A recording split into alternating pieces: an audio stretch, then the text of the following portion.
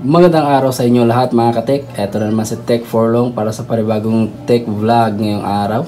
So for today's video guys ay ipapakita ko sa inyo kung itong ating MacBook Air 2015 na nabili sa Green Hills ay kaya pa bang sumabay sa mga bagong laptop ngayon na sa kapresyo niya. Bali ang presyo pala nito guys ay nagkakahalaga lang siya ng 16,000. Tapos, 4GB RAM tapos 128GB of storage. So, sa presyong ganyan guys, ay napakahirap maghanap ng laptop na talagang papakinabangan ng maayos at nagagamit ng maayos sa ating mga araw-araw na mga editing. So, ngayong araw guys, ipapakita ko sa inyo kung kaya pa bang mag-animation ng ating MacBook Air 2015. Unang-unang software na ginagamit ko ay Adobe Illustrator. Ito pala yung Adobe Illustrator na 2022 version. Ayan, so kita nyo naman yung ating character dyan. Itong character ko ay dito ko talaga to ginawa guys, no. So talagang drawing yan dito. So kita nyo naman. Talagang layered yan. At tignan mo guys, oh. Walang kahirap-hirap nyo pinapatakbo yung yung Adobe Illustrator version 2022. Although hindi siya mabilis magbukas guys no, mag-start ka pa lang ng Illustrator. So medyo matagal-tagal siyang buksan. Pero once na naka-load na siya, ayan, kita niyo na. Wala siyang lag. So goods na goods siya pagdating sa mga illustration or mga vector na drawing kagaya nito. Kung gusto mong gumawa ng mga ganitong character, ayan guys, kayang-kaya niya dito guys sa Adobe Illustrator. Tapos, ganito siya kapag nag-open tayo ng file. Kuwari, meron ka pang isang file na gustong buksan. Kuwari, ito, nag-drawing din ako ng side, ng version ng aking character guys, no? So, pag-open ko, ayan. Ganyan siya mag-open guys. So, yun guys, oh. So, hindi mo lang siya nahihirapang magbukas. Ibig sabihin, kayang-kaya pa talaga niyang 2D na drawing. Kaya-kaya niya i-handle sa Adobe Illustrator 2022 version. So, para sa animation natin, ay kailangan natin ng nakahiwa-hiwalay kagaya nito. Ayan, pakita ko lang sa inyo yung mga parts natin. So, ganito tayo mag-animate guys. Kailangan nakahiwa-hiwalay siya. Ayan, yung liig, yung kamay, yung hips, tapos yung ayan, yung braso, tsaka yung katawan. So, lahat yan may magkahiwalay. Tapos, saka mo siya ilagay doon sa ating animation software.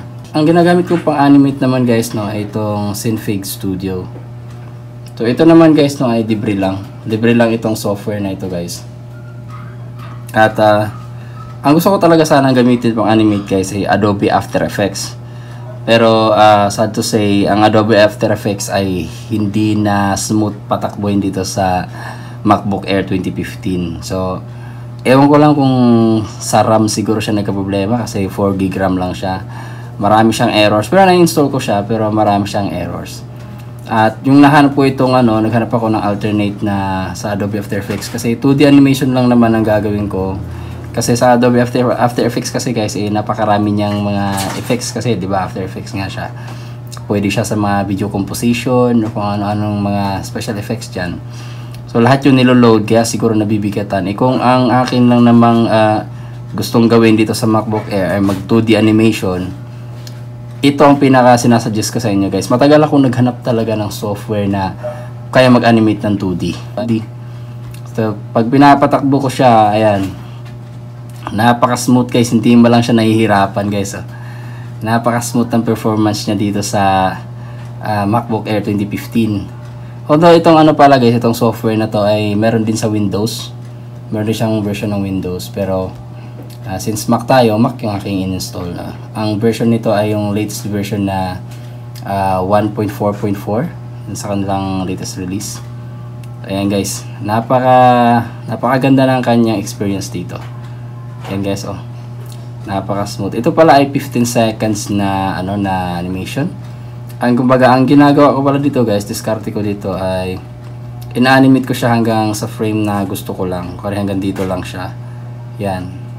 Tapos, pagkatapos ko dito, meron tayong tinatawag na time loop. Kumbaga, uulitin ko siya, uulit lang siya na uulit sa frame na ito nakaset. Ang frame natin dito duration is frame 22, Kung nakikita nyo yan. So, uulit-ulit lang siya sa frame na 22 hanggang sa matapos yung 15 seconds. Kaya makita nyo yung ating keyframe ay andyan lang sa frame 22 lang, pero patuloy pa rin yung ating animation. So yan guys, di man lang siya nahihirapan kasi doon sa After Effects kasi na pag-install ko, pagdating sa mga ganitong preview, parang nahihirapan siya. Sobrang lag na parang A1, tapos nag-error siya. Yan. So dito, walang problema yun guys. Pwede siya mag-multitask guys. Hindi mo lang siya nahihirapan mag-multitask. Yan. Kayang-kaya talaga. Gulat talaga ako na napakaganda ng performance pa rin niya kahit sobrang tagal na niya. Year 2015 pa siya. Ngayon, anong taon na ngayon guys? Sobrang tagal na.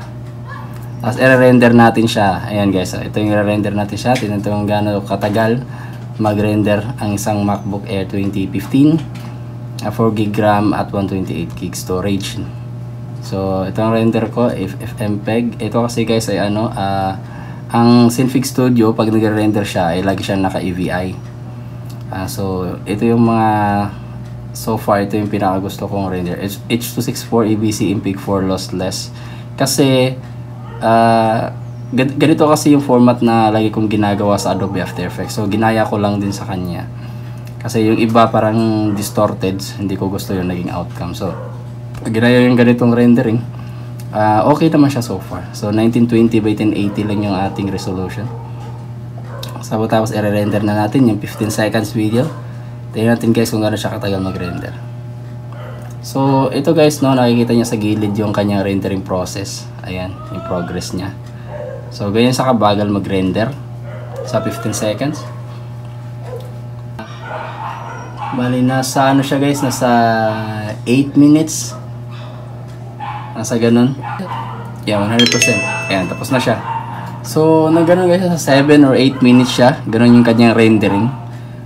So mabagal talaga siya guys, pero at least hindi naman siya hindi naman siya nagka-crash or nag-hang. At least kaya niya mag-render ng animation.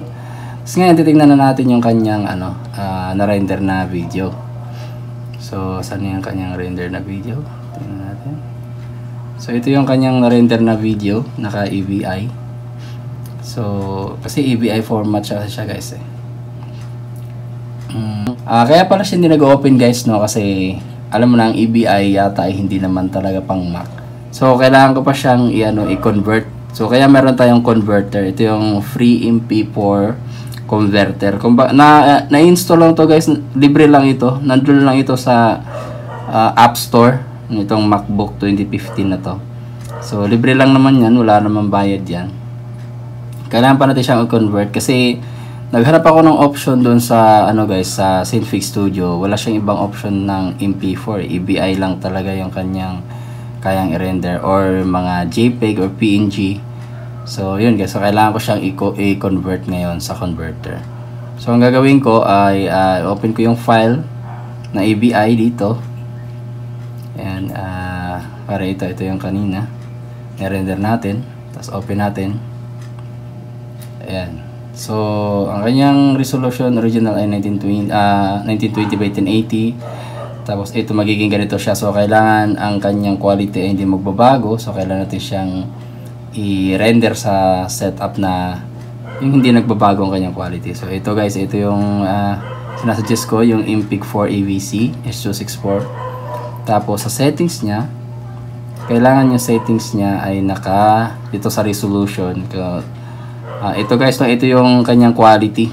So kailangan ito yung kukunin nyo lagi, keep original, para hindi nagbabago. Kasi kung hindi yan naka-original, minsan malabo kasi nagbabago yung quality, binabawasan niya. So sa video bitrate naman ay keep original lang din para wala talaga magbago. Tapos aspect ratio is auto din, ang ating frame rate ay 24. So yun kasi yung ating render kanina 24 frames. So 24 frames pa rin yung ating conversion sa kanya. Sa audio naman wala akong nilagay na audio, so okay na kahit ano lang dyan. Tapos okay na tayo. So ito naman sa pag-convert, mabilis lang ito guys. Tingnan nyo guys sa convert ko. Yan yung progress nya. So mabilis lang yan. Ayan guys Yan. So sa pag-convert, tapos na agad. Sa pag-convert, hindi ka mahihirapan sa pag-convert. Mabilis lang ang conversion. Para lang talaga maging compatible siya. So, ito na yung render natin. Ito yung na-convert na. Tignan natin guys ha. Ayan. Ito yung quality, walang nagbago. So, ito na yung animation. Ayan. Ayan guys. Diba? So, natuwa talaga ako guys nung try ko to sa animation at natuwa ako sa output dahil talagang kayang-kaya niya. Hindi siya mabilis pero kaya niya. Diba? Yun naman importante guys eh. Sa murang halaga. Kasi kung mayroon ka namang pambili ng matataas na ng mga high-end na mga MacBook or ano bang high-end Windows laptop, kung kaya mo nang bumili ka na para hindi ka problema. Pero para sa amin, kagaya sa amin na mga budget lang talaga yung pera na gustong gumawa ng mga animation, pwede na to guys. Pwede na to. Kayang-kaya niyang magawa ng animation. Kaya mo mag-umpisa ng YouTube channel sa animation gamit ito. So ipapakita ko rin para sa inyo guys yung mga na-render ko na. So yung mga nagawa ko ng mga scene dito. Abangan nyo pala to guys sa akin channel. May ginagawa kong animation. Ilalabas ko rin to. Kaso konti pa lang yung nagawa ko kasi alam nyo na ang animation ay matagal talaga siyang gawin. So ito yung mga animation na nagawa ko na parts by parts. Sabihin natin itong ito lip sync ito eh. Yan. Ito yung nagli-lip sync ako, may audio ito. Nagtatrabaho kasi ako kaya linggo lang ako madalas may time para gawin ang mga gusto ko. Pero ngayon ay susubukan kong mag-animation para sa inyo. Kaya kung gusto mo ang mga ganitong content, subscribe na kayo. Diba guys? Kaya niya. At maganda yung quality niya. Ito isa pa. Ito naman ay parang sa bus na scene. Ayan. Parang may ganun, may umahalog-alog na motion. Ayan.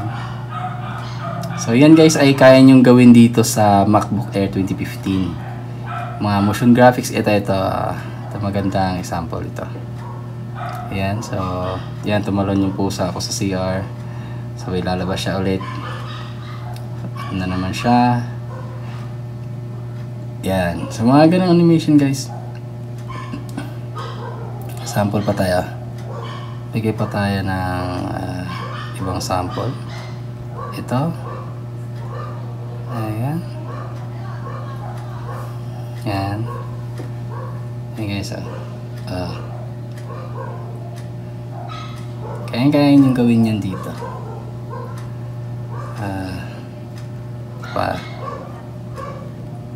Yan Yan guys. Habang hindi ko napakita sa inyo kung paano mag-drawing dito. Ayan, gamit ka ng Adobe Illustrator. Yan, Adobe Illustrator. Yan, hindi naghahangin guys kahit naka-open yan. Yan guys, kahit kanina pa naka-open yan. Don't save lang natin. Hindi yan nag-freeze. So, approve talaga siya guys. Guys, so pagkatapos mong madrawing yung character mo, tapos pagalawin dun sa Synfig Studio, i-animate mo doon, i-render AVI, tapos i-convert mo gamit yung converter. Ayan, gamit ang free MP4 converter para maging MP4 siya. Sigurin lang natin na ang quality niya hindi magbabago, yung sa settings na ginawa ko kanina. Tapos, para pagdugtungin lahat ng yon, yung mga video na yon, gumagamit ako ng Final Cut Pro. Itong Final Cut Pro guys, ito yung software ni Apple para sa mga ganitong laptop na pang-edit. So pagdating naman sa Final Cut Pro guys, hindi rin siya mabilis, ganun din, hindi rin siya mabilis, pero kaya niyang i-play yung video mo, kaya mong mag-animate dito. Gulat kayo may animation na tayo. Yan yung zoom in and zoom out na yan guys, dito ko lang yung ginawa sa Final Cut Pro. So kita nyo marami na akong layer dito. Sa basurahan. Hanggang lagi na siyang nagtatambay sa labas ng pintuan ng kumpanya. Pero isang araw napansin ko na mayroon.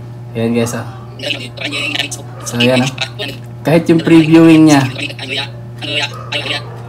kaya niyang gawin na yan guys ayaw niya. Kasi sobrang ingay niya kapag nililigo siya guys. Para siyang kinakatay.